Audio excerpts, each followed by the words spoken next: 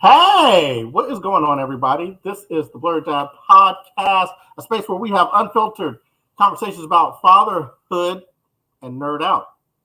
Well, we nerd out about father. You know the intro thing better than I do, probably at this point.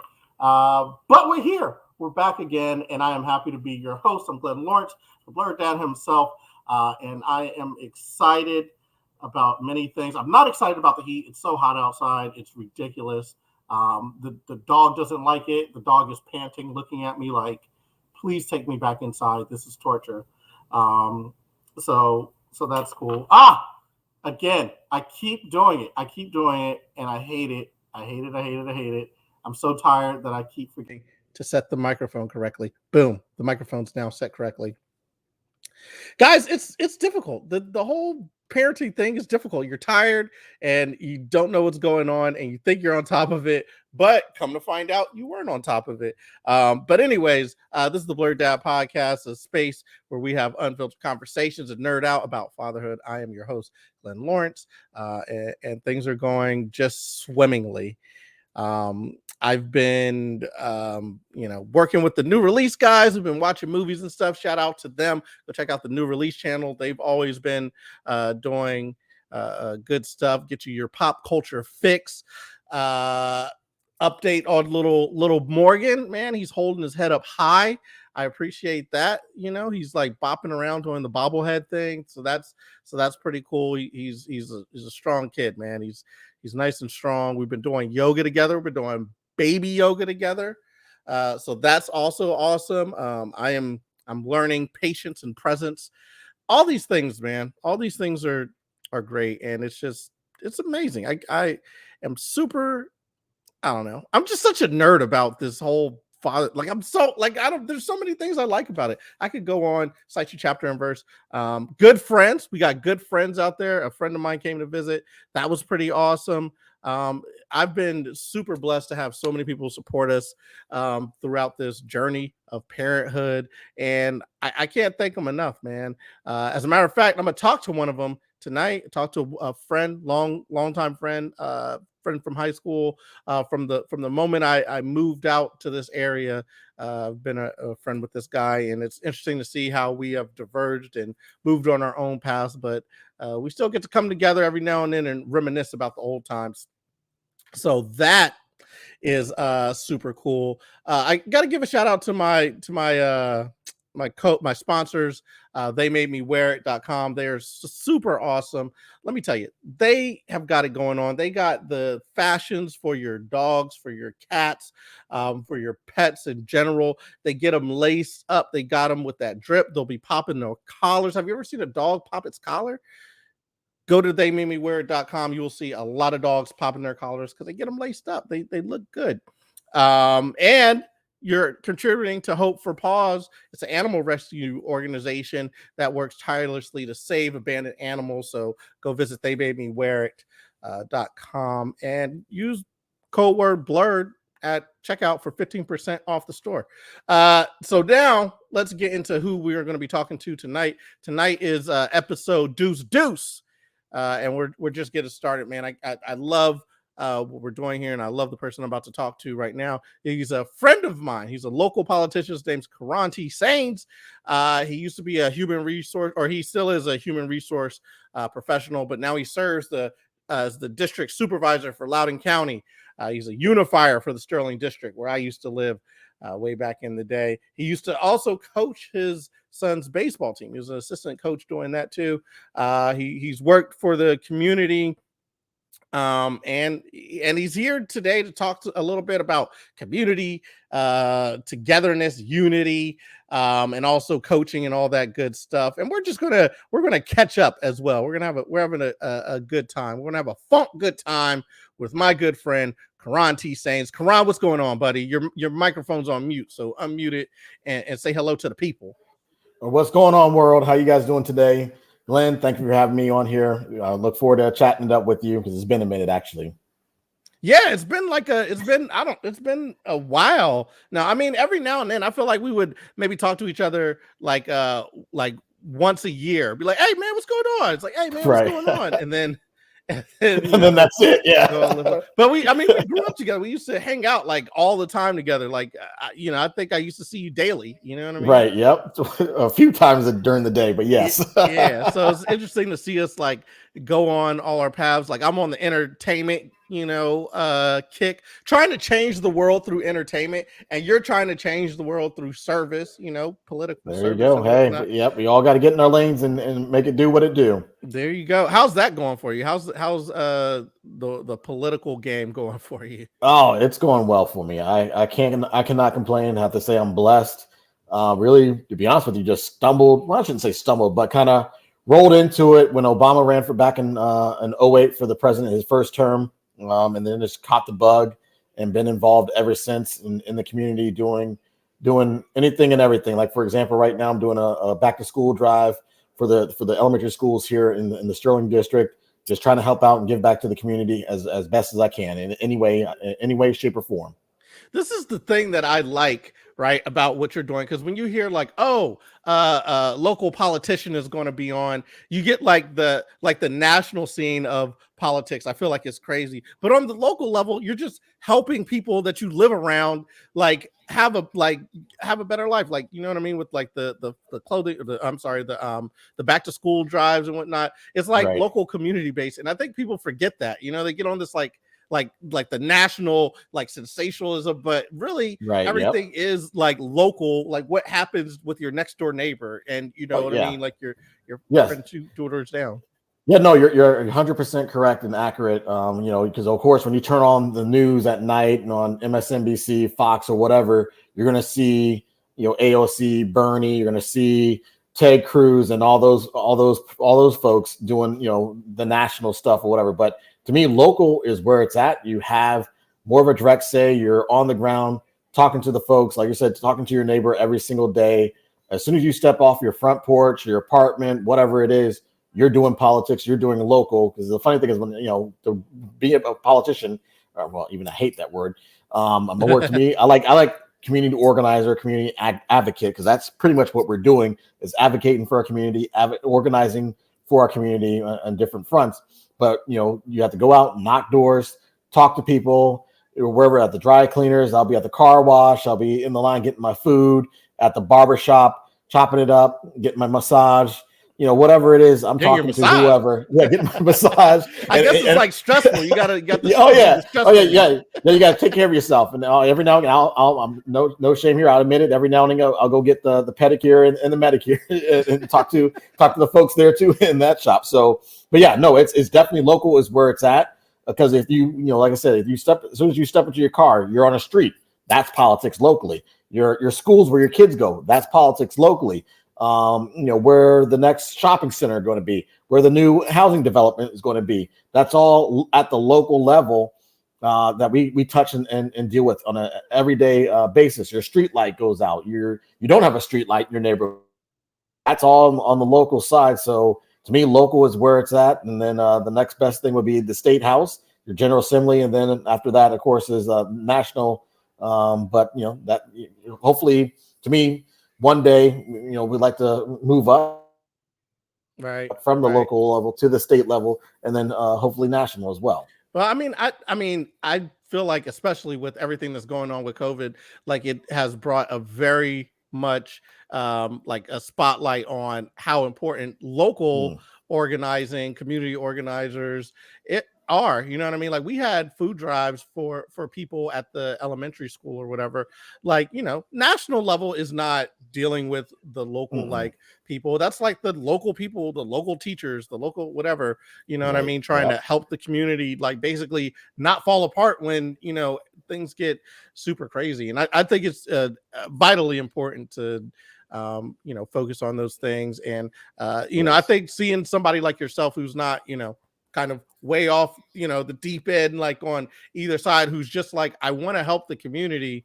Like, I think that's good for people. And I think the more people have that idea in their head, I think the better it'll be, get involved and just help your neighbor, like start there. Exactly. That's at the end of the day, that's my principle. That's what I guide myself on and keeps me going, is at the end of the day, treat others as you want somebody to treat you, just as you want somebody to treat your sister, your mother, your child, your aunt, nephew, cousin, whatever.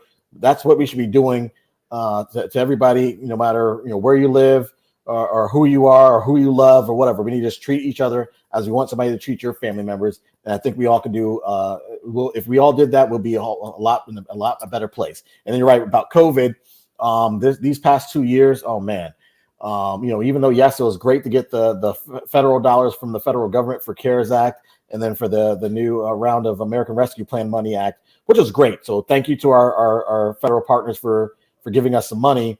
But I'd rather have the money come to us locally, which they did. Thankfully, they did that, and then we know where that money needs to go best. So we partner with our nonprofits in the community. We, like you said earlier, we got with the schools. For example, all of last school year. And 20 and then 21 this past school year, no kid, at least in Loudon County, did not pay for any lunch, right? Wow. And so that is actually rolling into the school year for this school year that the kids are getting ready to start. Some school systems this today, and then Loudon, they start school on Thursday. But again, no school student this year in Loudon County is paying for a school lunch, that's amazing. Because think about, if you remember, there's kids who are on the free reduced lunch program. And the food that they get at the school might be their only meal of the day, so they're going to be able to provide small backpacks and take snacks home for them each and every single day and on the weekend. So because of that federal dollars that are trickling down towards us, we're able to do those type of programs here locally. Nice, man. You mentioned family members like sisters. You remember my sister? You remember? Oh yes, I remember. Yes. She told me not to mention her because she didn't want me bringing up the story about how like you were nice enough to give her a ride to school, and then she just hopped in the back seat like you were the chauffeur. Right. I was Uber before there was Uber. So yeah. to fill everybody in on the backstory. So. Myself, Glenn, and Glenn's sister Gabby, they used to live, around the corner from me. So I used to pick them up every morning, and we used to drive them to school together. So that's one day. I forget what it was. Glenn senior was skip day. I was senior skip day. Okay, all right, senior skip day. So Glenn wasn't going to school, and Gabby and I were in the same class. We were juniors, so a year under Glenn. So still went to go pick her up. Yeah, instead of her getting in the front seat where Glenn would usually be. She got in the back seat like she normally would be. I guess maybe it was out of habit or what. I don't know. But that's, I don't know how many years ago that was, but we still get a good laugh at that one. She said she's not tuning in. She's not going to comment today because she's like, I'm telling that story. It's a hilarious story. Right. It's a hilarious story. So yeah, we still laugh about that, talk about it. I think it's funny that you still drove her like, okay, I guess you're just going to get in the back. Like, you got to remember, this is before Uber. Like, the only time you get in the backseat was just like a limo or a taxi. Yep, exactly. Yeah. So just myself and Gabby, and hey, at least I'm thinking I'm a nice guy, but I don't know. But even then, you were serving the community, helping a neighbor. Right. Yep. There you go. So whatever it takes. So it's always been in my DNA to help others out. That's awesome. So I really appreciate, you're one of my friends who had their kid early. You know what I mean? Like I have a ton of friends, and you were one of my first friends to end up having a kid. What was that like, man? How's fatherhood been for you? Oh, fatherhood has been an amazing journey that it's hard to describe until you're in it yourself. But once you're in it yourself, I think, and when you hear people talking about it, then you're like, yep, I understand. I get it. I see what you're talking about. So I had my son, Gabriel, when I was 24. So a year and a half or so, right out of college, still living at home with mom and dad, wasn't making the biggest income. Our high income, it's the salary that I'm making right now. Let's just put it this way. So I'll never forget the night that my son's mother at the time told me she was pregnant. We were driving home after seeing King Kong. We were coming back from the Centerville movie theater, so we were on Route 28, driving back to Sterling. And she told me in the car, I tears started coming down because just in my head, I was just like, I'm not ready to have a kid. I can barely take care of myself. And, we weren't married or, anything of that nature. We have a very good relationship. We're not together at all. But she's married and has 2 kids with her husband. I just got married this past September, getting ready to come up on my 1 year with my lovely wife. But we've been able to co-parent and raise a great son, Gabriel. He's a sophomore now. at our high school, Broad Run High School. So and Gabriel's doing great. He went to Broad Run. He's going to Broad Run. Mater. Yeah, alma mater. So yeah, so he has some of our same teachers. One of his coaches for his cross country is somebody very well, Lauren Brewer. Oh, nice. Yeah. Miss Reese is still there. Miss Kane. Miss Reese, that was my track coach. Yeah, she was our track coach and our math teacher. So yeah, she's still there. Is she on Facebook? I need to reach out to Miss Reese. Yeah, she's on Facebook. But no, to answer your question, it's been a journey. It helped me grow up because I got mouths to feed now, right? It's not just myself. I need to man up, buck up, and be an adult and take care of business. So it helped me to develop, like I said, get more mature. And set myself to take be able to provide for myself and for my son. So it was a blessing, blessing in disguise that I wasn't at the time asking for at that time in my life. But I'm glad it happened, and he's my pride and joy, as the old Marvin Gaye song is. Pride and joy, pride and joy.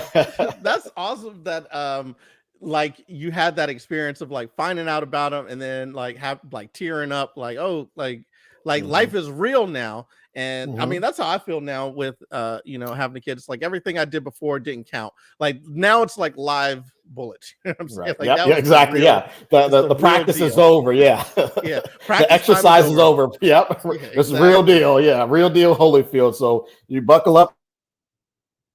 And it's going to be, you're going to have some ups and downs, smiles and frowns. You're going to go left, you're going to go right.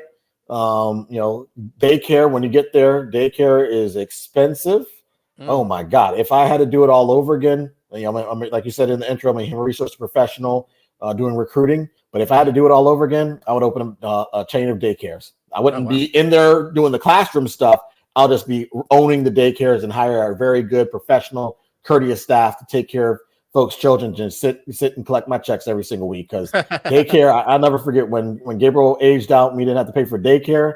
It was celebration time because it's an expense. The cool thing is, I think right now Stephanie, she's a stay-at-home mom. You know what I mean? So she's going to be doing that. So she's going to be taking care of Morgan during those times. So that's a big relief that it's already built in to like our income structure. You know what I'm saying? Like gotcha. when two people are working and it's not built into the income structure, like how are these things, but it's already kind of like baked into how we do things now. So I think that's going to be a plus. It's going to be a plus. I'm not looking forward to it. I'm just happy that we're fortunate enough to be able to do that. You know what I mean? Yeah. That these jokes is good. Thing. These jokes, you know what I'm saying? They pay for her to be able to stay home. You know what I'm saying? If people ask, are you funny? It's like my wife don't gotta work. That's how funny I am. All right. Well, there you go. But yeah, no, that is a blessing. And then was having, as you know, my parents were in the area for a majority of Gabriel's childhood, and then they moved away to Atlanta in 2015, and they actually just came back last year, actually right when COVID hit in 20, so actually summer 2020. They came back right the day when we're dead smack in the middle of COVID and everything. Oh, wow. But they're a blessing as well. But I know you have a little bit. Your family's not too far on your dad's side. Yeah, I mean they moved back. So we have family members in the area. We got other friends too. Right. I feel like I'm also fortunate because I just waited for all my other friends to have their kids, so that way I can get like information. Hey, how did this? You know what I mean? Like all y'all have all the information. I could just be like, hey, cheat on the test, right? Let me look on y'all cheat sheet and see how does it work. How does this work? You know what I mean? Because everybody basically had their kids. Their kids have grown up, so they've been through everything that I'm going through. I'm in the stage right now of just being dead tired all the time, like waking up in the middle of the night, like groggy. And it's like, thank goodness I played sports, so I did 2 days and had to wake up early for that with your body dead tired. So your sleeping pattern is going to change. It did. It already did. Yeah, because I was not a morning person at all, and then I click change. No matter if I come to bed at 2:30 in the morning, or if I'm dog tired or whatever, I'm waking up at 6 o'clock, 6:30 every single morning now since Gabriel when he was a baby and everything, because we had to wake up, do the bottle feeding, changing. He's just crying for no reason, whatever. So you just got to walk around all night and just hold him or Does whatever. that part all that ever stuff. end? Does the crying ever end? Eventually. You still got a long way to go, because Morgan's out how many months? He's like, no, he's a month. He's sick like 6 weeks. Oh yeah, you got a long way to go. So you just buckle up for the ride and just move all the dangerous things that you're going to stub your toe on. Yeah. Well, right now he's at the point, and I was saying this a little bit as I was opening up the show. He's at the point where he's holding his head up, so he's like doing the little bobblehead thing. But he's for 6 weeks, he's pretty strong, and he's like holding it up, and then like he'll steady it for just like a split second, and it's almost like a parting of the seas, you know what I mean, where everything's just calm, and then he's just like and he like sticks it for just a second, and then it's like starts wobbling again and it falls over. But I'm like, oh damn, that means he's gonna start crawling around and doing a bunch of stuff. If that's the case, you'll get there. Yeah. And that's like at that stage, like everything is like a milestone. Like you just discussed, like holding your head up. He reached out and grabbed something, actually held on to it for 5 seconds. Oh, now it's next time is 10 seconds, 30 seconds.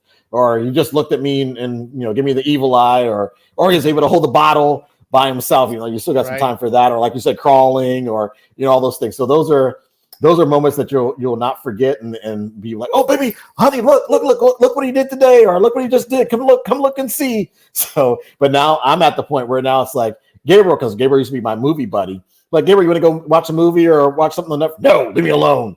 He's 15, so now he's at that. He's like, no, leave me alone. I'm talking to my friends or whatever. What stage is that of life? How old is he? When does that happen?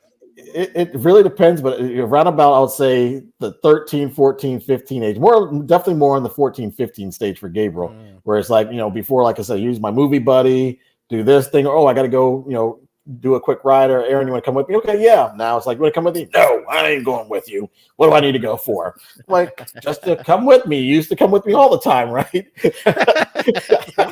Like, Dad, that was so last year. Right, exactly. So I call he's in this porcupine phase where he's like, don't touch me. So I was like, all right. But it's funny because I feel like you distinctly remember that when you were a teenager, like where it just turned and you're like, I don't want to hang out with my parents. Like, I don't want to. Right. Yeah. And I feel bad because it went away like in my mid to late 20s. That's when you're like, oh man, I really miss my parents and I really want to like hang out with them or whatever. But there's that gap from when you're like 14 to like 22, 20 something. Yep. You're like, get away from me. Yeah, I'm out here with my friends. Leave me alone. Yeah, right. Just oh man. But that's really cool, man. That's like really cool. I feel bad because I miss that whole growing up period because like I said, we went to high school together or whatever, and then there's that period of everybody's going off doing their job or whatever. But to be so close, I feel like we missed that, like being real close with your high school buddies or whatever, and then having kids together and everyone being together. Like it feels like everybody kind of just disperse, nowadays. Yep. So it's fun when you run into people. I'm pretty sure you get this too, where you'll be out and you might run into somebody that you haven't seen in a while, and you do that. Oh my God, look at you! Hey, catch up and stuff, and then until the next time you see them again. But it's still fun and pretty cool to see, because there's still a lot of people that we grew up with in high school, college, that are still around here. But everybody, like you said, everybody's in their own little pockets. Some people talk to more people than others. Everybody's out doing their things. But it's great to see that our group of friends that we grew up with, everybody's out doing good things. We have a lot of people that we got you doing your comedy. Got a kid. Other people got families and kids. Some people were doing the government contracting. Some people were doing their own photography business, graphic design business, and all these other things. So it's great to see. For all those people that have been to high school with us, more of them need to be out at my shows. Okay, this is what I'm gonna say. They need to get together. Get on that Facebook, send those messages out. I know, I do need to. That's probably my bad. But so you were coaching Gabriel's baseball team. How was the coaching? Because I coached basketball, youth basketball for a little bit, but I didn't have a kid on the team, so I don't have any skin, in the game. So I'm just being honest about, like, all right, your kid's not that great, We're gonna coach him up, we'll get him better. but you know what I'm saying? Like, but parents don't, want to hear that. What was your experience coaching? Yeah, no, that I pretty much had that exact experience where, I'll start with basketball, for example. Gabriel I'll be honest, he wasn't the best basketball player, but he liked to play at that time. It was probably around third. And, that was the main goal was, because I'd be honest with you, I didn't even want to coach the basketball team, but they had nobody signed up. So they're like, okay, your kids are on these teams. We need somebody to step up. So I was like, all right, I guess we'll step up and coach the team. So drew up plays, practices, and all that stuff. But it was great to see the kids progress from not knowing how to run a play to by the end of the season, we were in one of the playoff games and they're running these, the sideline plays perfectly. But sometimes, you had to pull your kid out because they're not doing well. I'll skip over to baseball. Same thing where really wasn't planning on coaching the baseball team. Right. And then they're like, oh, hey, all right, we need some coaches out here. Dad, sign up, moms, whoever. So I was like, all right, I'll do it. And there was times when he was the pitcher and he was just getting, walking people, getting hits left and right. I had to yank him out of there a couple of times. Oh, man. So it's just is that about the time he stopped going to movies with you? No. No, he stopped playing. Well, he played baseball up until but there's been a couple of times where he got rocky when he was a kid. How old was he when he stopped playing? I was right about 12 or 13. That is the age. That is the age where you said yep. That's maybe that's why. He yanked him from the game. And he's like, yeah, well, how about we don't go to the movies together no more? Right, yeah. But hey, if you're gonna, just like I tell them, I'm gonna treat everybody the same as like you or whoever, Jason Mitchell on the team.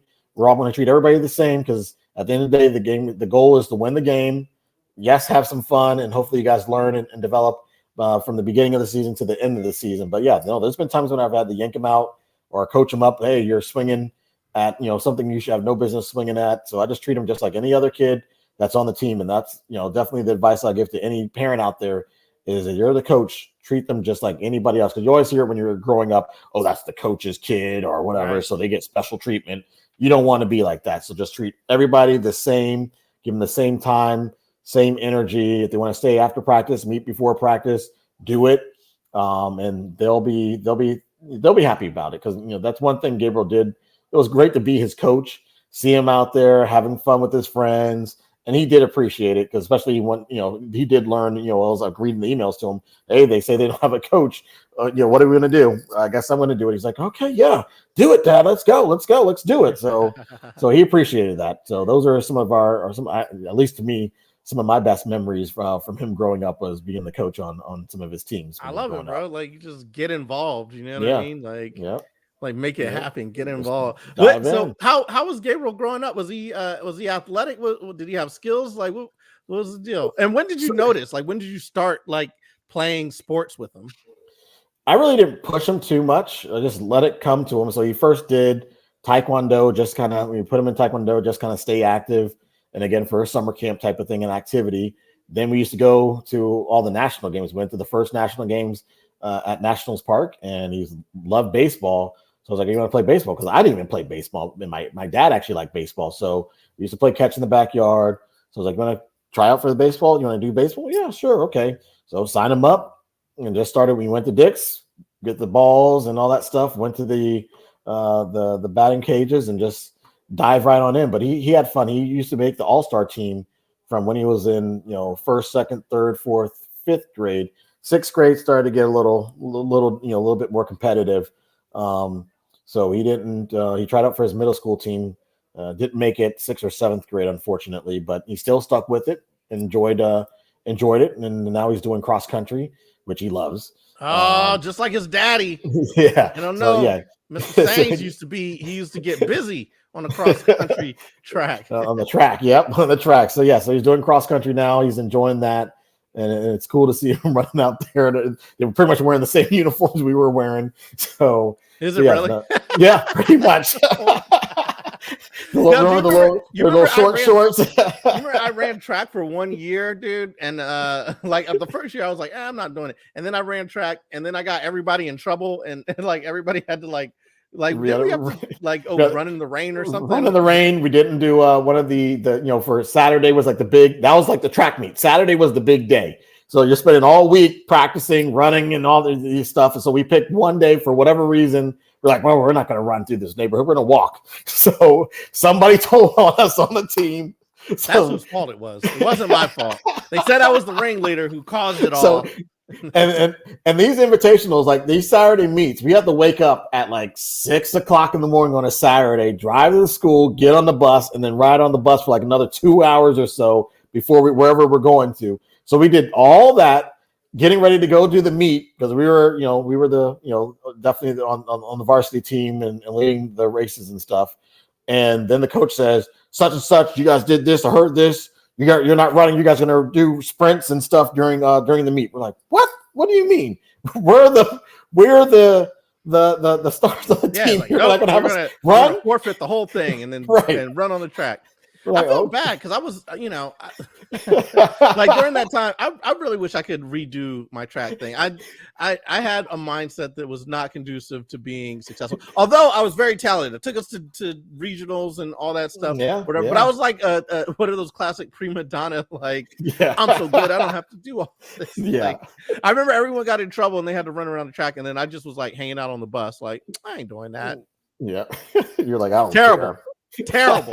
This is why I'm going to discipline Morgan, because I'm going to know. I'm like, nah, you ain't getting that prima donna blood. You're getting the hard working blood. Right. Yep. You got to put in that work. Because that's what I tell him. I was like, I always give an example of Derek Jeter. I'm like, do you think Derek Jeter's in here watching TV playing the Xbox, or was he out playing, practicing with his dad or his friends in the neighborhood? He was out practicing. Like, okay, well, let's go practice, right? Oh, I don't want to go. I'm like, all right, well, guess you don't want to be like Derek Jeter. Okay. Hey, I offered. so that's something else as a coach, parent, or whatever. Push them. Give them a little nudge. Sometimes they and that you'll actually see, if they really if they're gonna really want to follow into that or not. Right. If they say yeah, let's go practice, then you got something. If they say no, I gotta figure out how deep I'm going to get into it. Am I going to be like Joe Jackson type, like really harsh on him? Because I feel like sometimes, like you need to nudge them a little bit. Yeah. Like I know people who haven't played sports, and sometimes I'll be like, you could sense they don't have that like extra gear of like pushing themselves sometimes, and I feel like that is really, really necessary. And it helps in life. It it brings you to your edge or whatever, and you realize that even if something is tough, I could still get through it and make it happen. Not that you need to do sports work, but it does help. It gives you an extra little edge when you've gone through that tough. You sweat. Right. Yep. Exactly. And it gives you build your character. Gives you where you go through. You learn adversity at an early age, perseverance, hard work. So yeah, no, you're absolutely right. You have to nudge them a little bit, push them a little bit. But to your example, I don't know if you want to go like as far as Joe Jackson or anything, but you still want to let them know, hey, I'm here. If you want to go out, let's go do it. Let's go practice. I'm with you. Let's do this thing. You got me here to support you. So that's the main thing, is let them know you're here to support them. If they want to go do those extra practices, if they, every now and again, you still got to, they're still kids. So you got to egg them on a little bit. Like, no, let's go do it, man. Let's go do it. It'll be worth our time.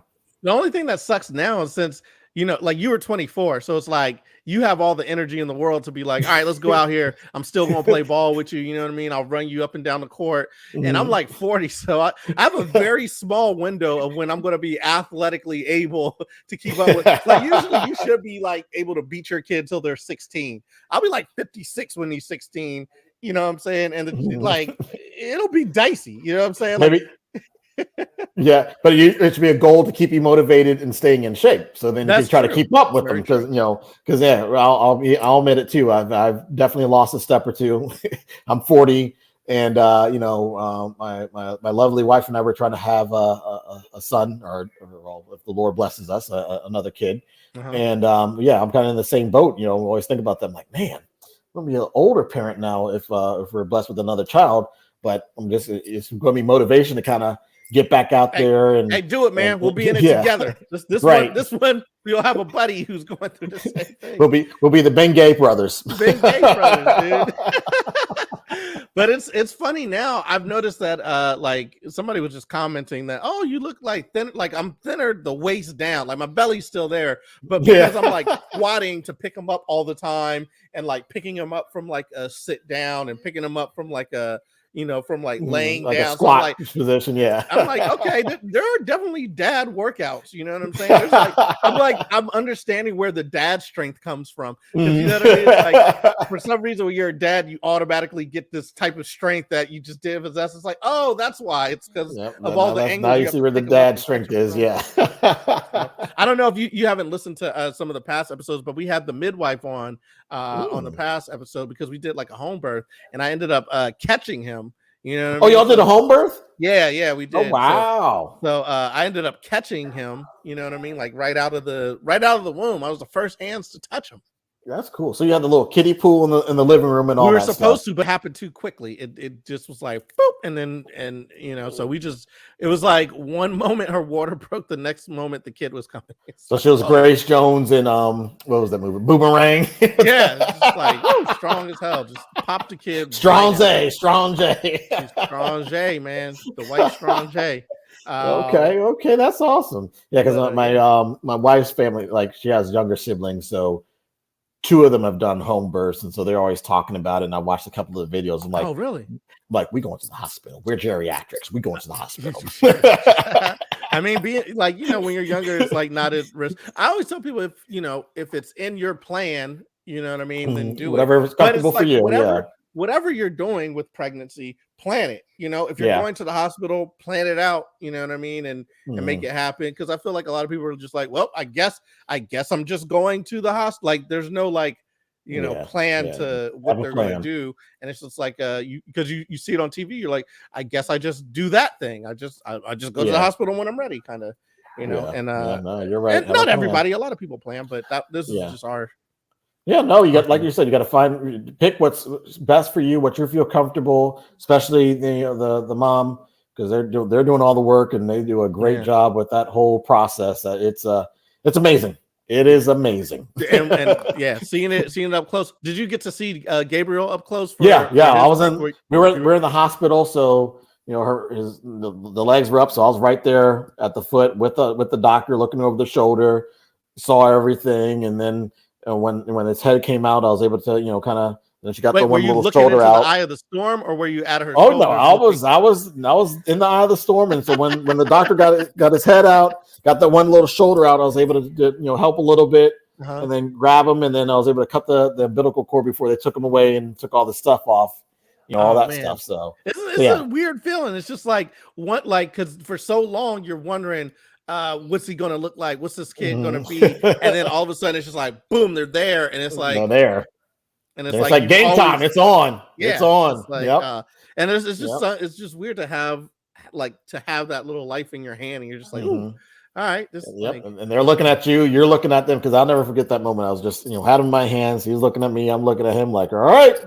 This is it, it's prime time. Let's go. We got to jump right on in, because we didn't do like I know some people do. Again, do what's comfortable for you and your partner, but we didn't do none of those the Lamaze classes and learning how to do the swaddling and doing the diaper and all that stuff. We just kind of jumped right on in and when we're spent those 2 days in the hospital, and then just it was like, all right, time to go home. We're on home now. Let's I know it's so weird. It's like you have the kid, and then it's just like, all right, now this is yours, and you're like, okay, like, where's the instruction manual? What do I do? Where's the on button? Where's the off button? Like, how do I turn the volume down? Where do I mute it? That's it. You're on. You're on stage. Lights, camera, action.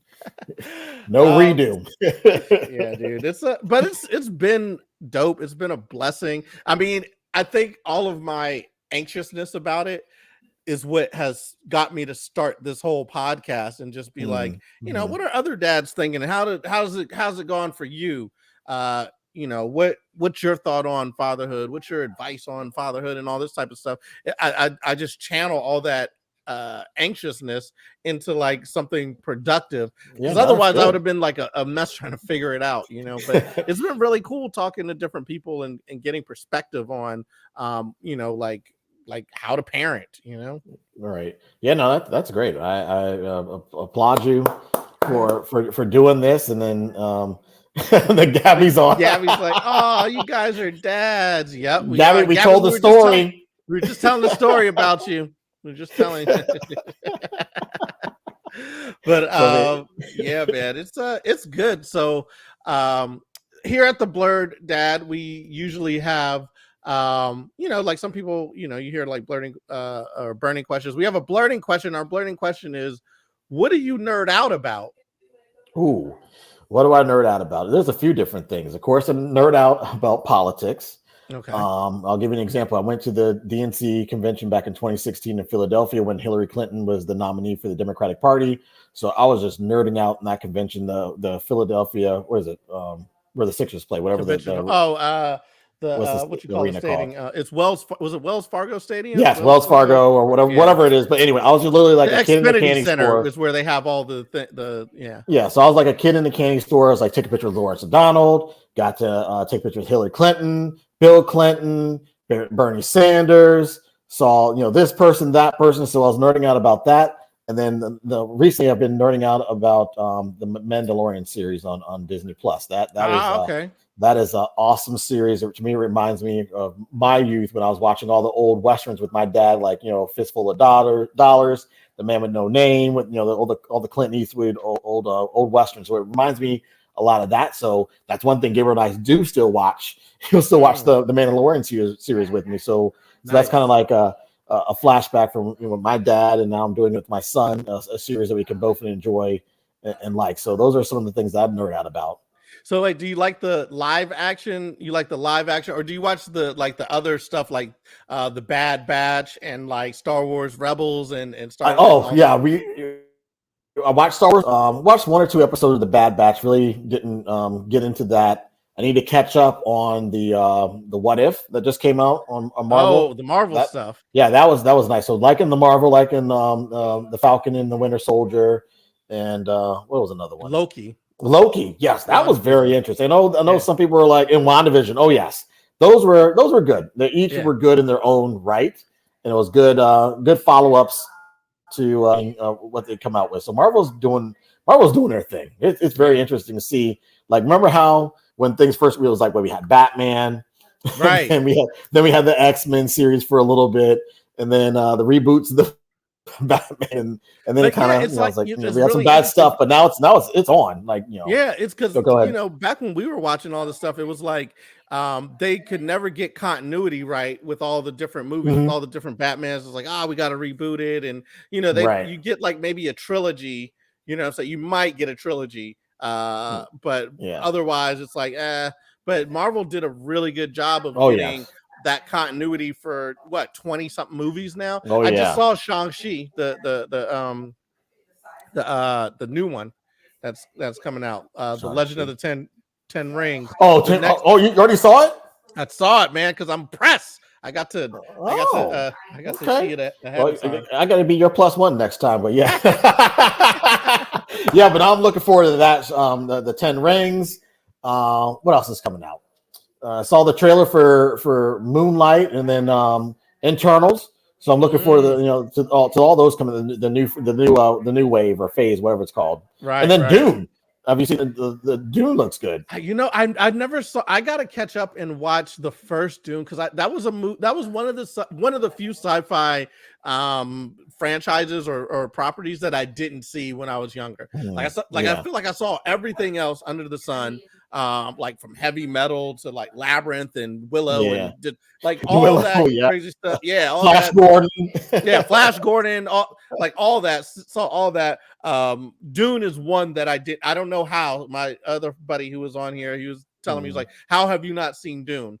So I gotta hurry and catch up on Dune before they revoke my nerd card. Right? Yeah, because the cast is amazing. Those just the cast alone. If they do what they're capable of doing, and if they, the guy, I forget the director's name, but he does usually some pretty good work. Was it David Lynch? Was it David Lynch who did? No, it's not David Lynch. I forget. No, who did Dune? Lie. But no, the cast alone is great. So if they do what they're supposed to do, it should be a good one. Dennis Villanueva. That's apparently who the guy is supposed to be. Okay. I'm looking forward to it. I mean, I've those been are things I've been nerding out lately. Yeah.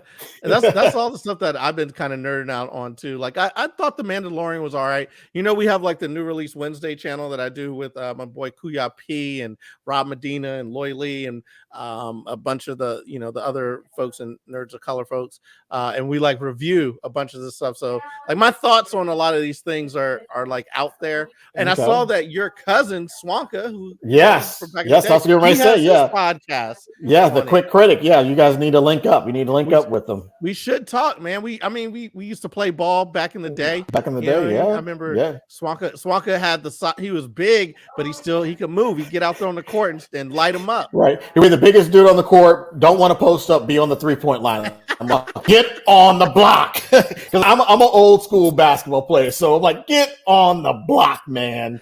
Get on the block, Swanka. Don't put his business out there. He used to do it, man. Let that man live. No, he can make his 3-point shots, but like I said, I play old school. I'm like, get your butt on the block so I can just toss it into you. We need buckets right now. We need buckets right now, okay? Easy buckets. It's all easy. Great. Yeah. It's like it's crunch time now. We need you on the block, bro. Right, but you can hit the threes. Yeah, but y'all should link up. I do need to make that connection. I need to get up with Swanka. Okay, I'll do that. And talk to him and commiserate, because I love talking this stuff. I love talking shop about these fantasy films and all these Marvel properties and things that come out. I'd love to pick his brain, because I saw the podcast. I was like, oh, this is nice. That's what we'll pick a day and sit and watch a whole bunch of stuff together. So let's do. Y'all need to link up and then join forces, combine forces, and let's do this thing. How's the family? How's the family doing? How's mom and pops? They doing all right?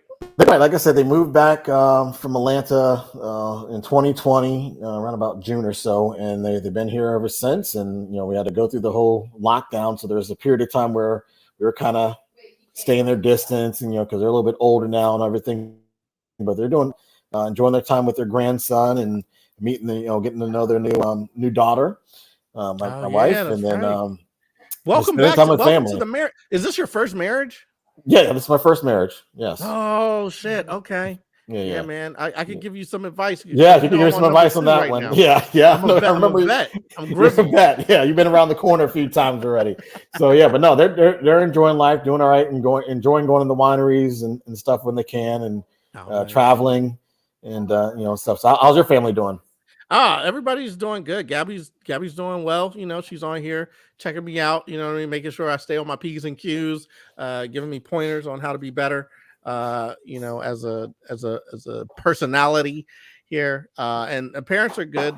They moved back in the area, so they're close enough to see Morgan as he grows up and hang out and everything. So all is well, man. All is now we have to shout out Gabby when you fly back into town. Give me a call. I'll come pick you up as your Uber driver.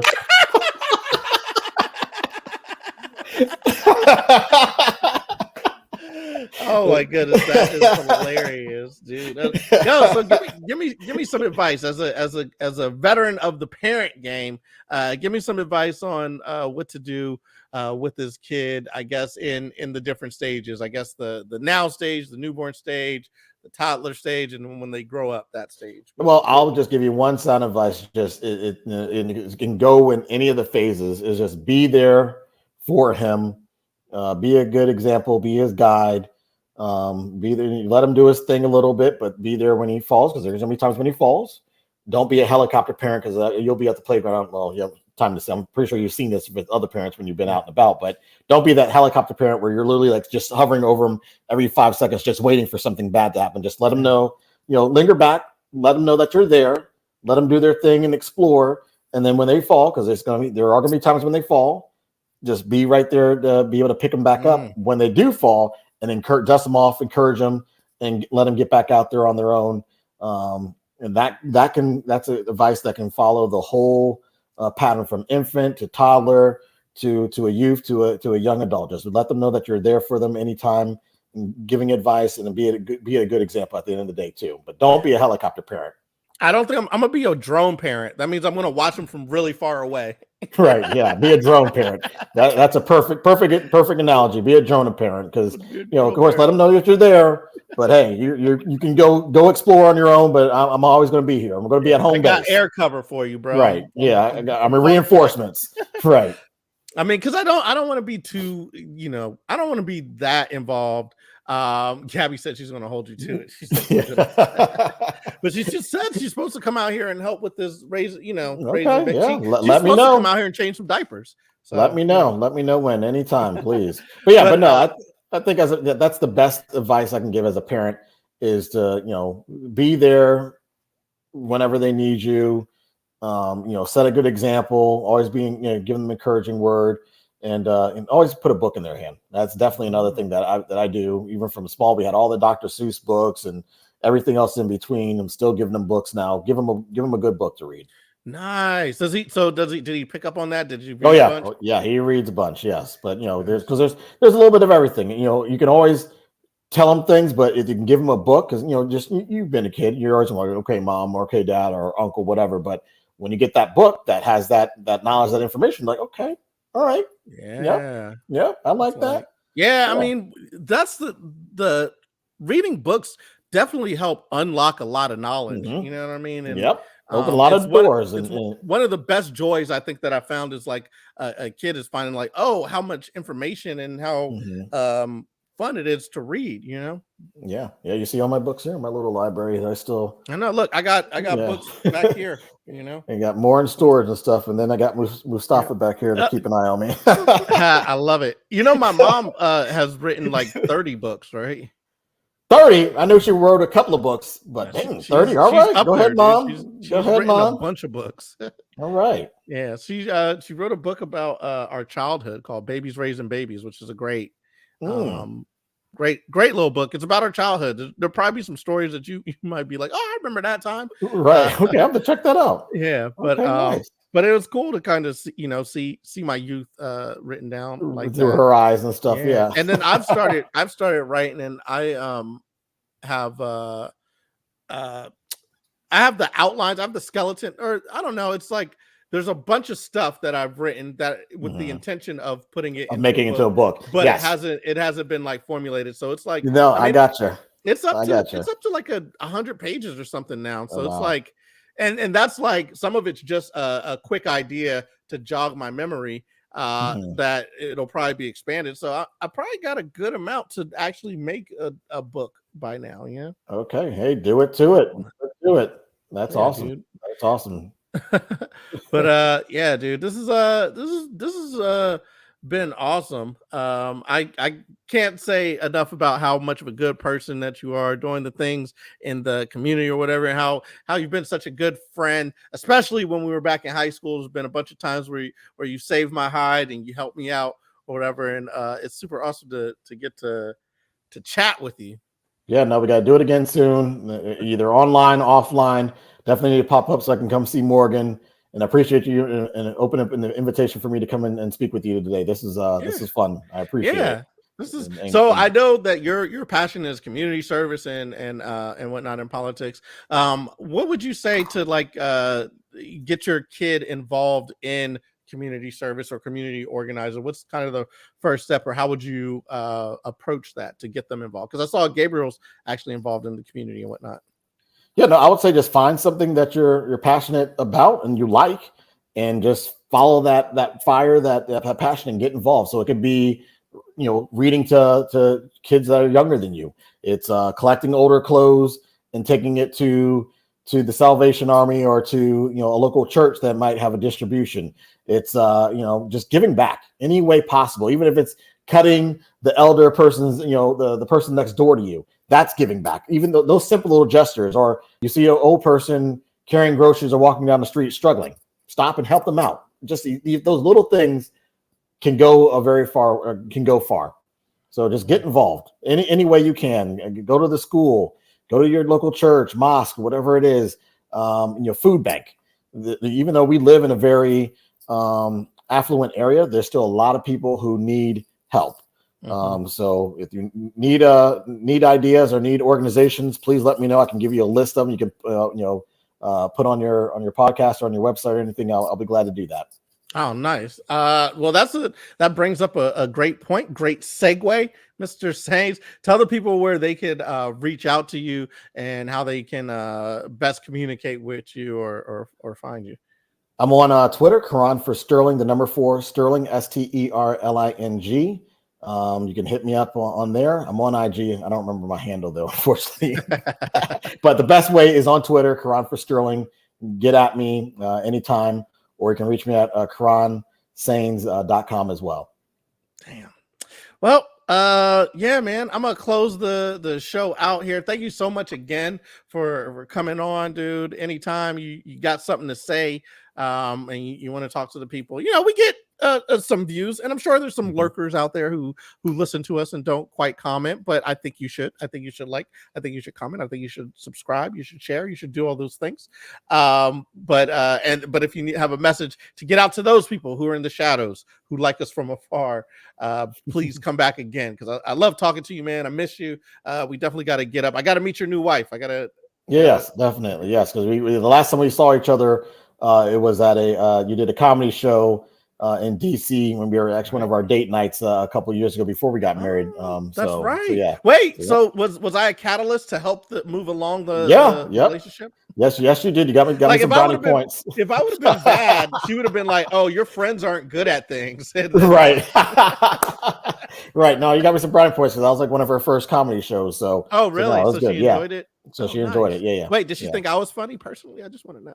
Curious. Yeah, she thought the show was good. You had a good variety, but she said Dave Chappelle was better. We went to see Dave Chappelle the other day. So, well, he's a professional, right? Yeah, exactly. Like that's what we're all trying. You're working. Yeah, you're trying to get there. You're working. You're on your way. Hey, you put on your own comedy show. Not many people can say you produce and put on your own comedy show. So hey, that's good. We make it happen at Level Up Comedy, dude. That's what we do. Yeah, anyways, I'm gonna close this show out, dude. It's been great talking to you. If you can stick around for a second, I'll hit you up after I close the show out.